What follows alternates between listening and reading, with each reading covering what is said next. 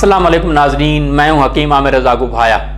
आज का जो मौजू है वो बहुत अहम मौजू है और आज के मौजू के हवाले से अक्सर ख़वातीन को ये मसला होता है अयाम की बेक़ैदगी। कुछ ख़वातीन को मेंसेस जो हैं महीने में 3 मरतबा आते हैं और रुकने का नाम नहीं लेते, और कुछ ख़वातीन को मेंसेस जो हैं 6-6 माह नहीं आते।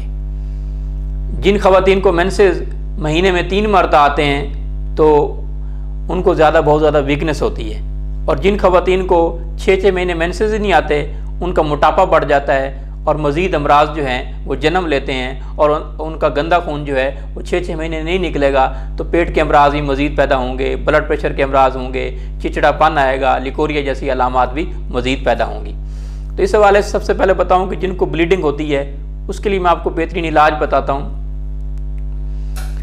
गुलाब की पत्तियाँ, इसको आप खरल कर लें और पानी के साथ लें, आधा चम्मच सुबह और आधा चम्मच शाम को, तो इससे इंशाल्लाह आपकी ब्लीडिंग जो है फौरी तौर पर रुक जाएगी। दूसरे नंबर पे अनार का छिलका खुश्क कर लें। अनार के छिलके को खुश्क करके तो आप इसका सफ़ूफ बना लें, तो आधा चम्मच सुबह आधा चम्मच शाम को 3 दिन इस्तेमाल करें, आपकी ब्लीडिंग फौरी तौर पर रुक जाएगी।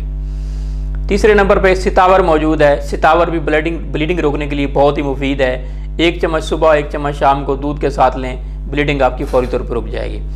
चौथे नंबर पे गेरू और संगजरात है ब्लीडिंग रोकने के लिए, ये भी बहुत मुफीद है। गेरू और संगजरात का इस्तेमाल करें तो आपकी ब्लीडिंग जो है फौरी तौर पर रुक जाएगी। 5वें नंबर पे अर्के गुलाब भी बहुत मुफीद है। अर्के गुलाब का इस्तेमाल कराएं, ये भी ब्लीडिंग रोकने के लिए बहुत ही मुफीद है। 6ठे नंबर पे धनिया खुश्क ले लीजिए और उसको खरल कर लीजिए। 1 चम्मच सुबह 1 दोपहर और 1 शाम को लें, पानी के साथ लें, आपकी पहले दिन इंशाल्लाह ब्लीडिंग जो है फौरी तौर पर रुक जाएगी। 6ठे नंबर पर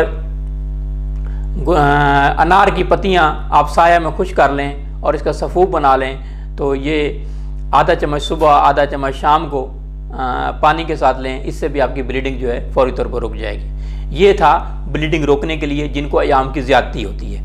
और जिनको अयाम नहीं आते, जिनको मेंसेस नहीं आते, उन ख़वातीन के लिए क्या करना चाहिए? वो ख़वातीन प्याज का जोशांदा बना लें। 1 तोला प्याज और 1 तोला 3 साल पुराना गुड़ हो, 1 कप पानी में डाल के बॉयल करें। जब पानी आधा कप रह जाए उसको छान लें, स्टेन कर लें। सुबह दोपहर शाम 3 टाइम इस्तेमाल करें। इंशाल्लाह 2 से 3 रोज़ के अंदर उनके मेंसेस जो है वो आना शुरू हो जाएंगे। और जिन ख़वातीन को अयाम में पेन होता है, मेंसेस में पेन होता है, उसके लिए भी ये नुस्खा बहुत बेहतरीन है,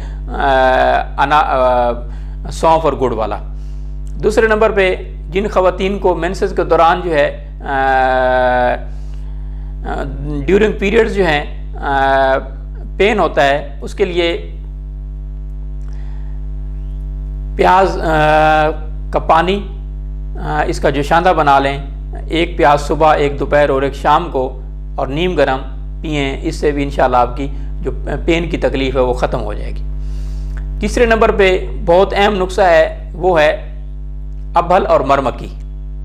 अबहल और मरमकी बराबर वज़न में इसका सफ़ूफ बना लें और इसकी टैबलेट बना लें।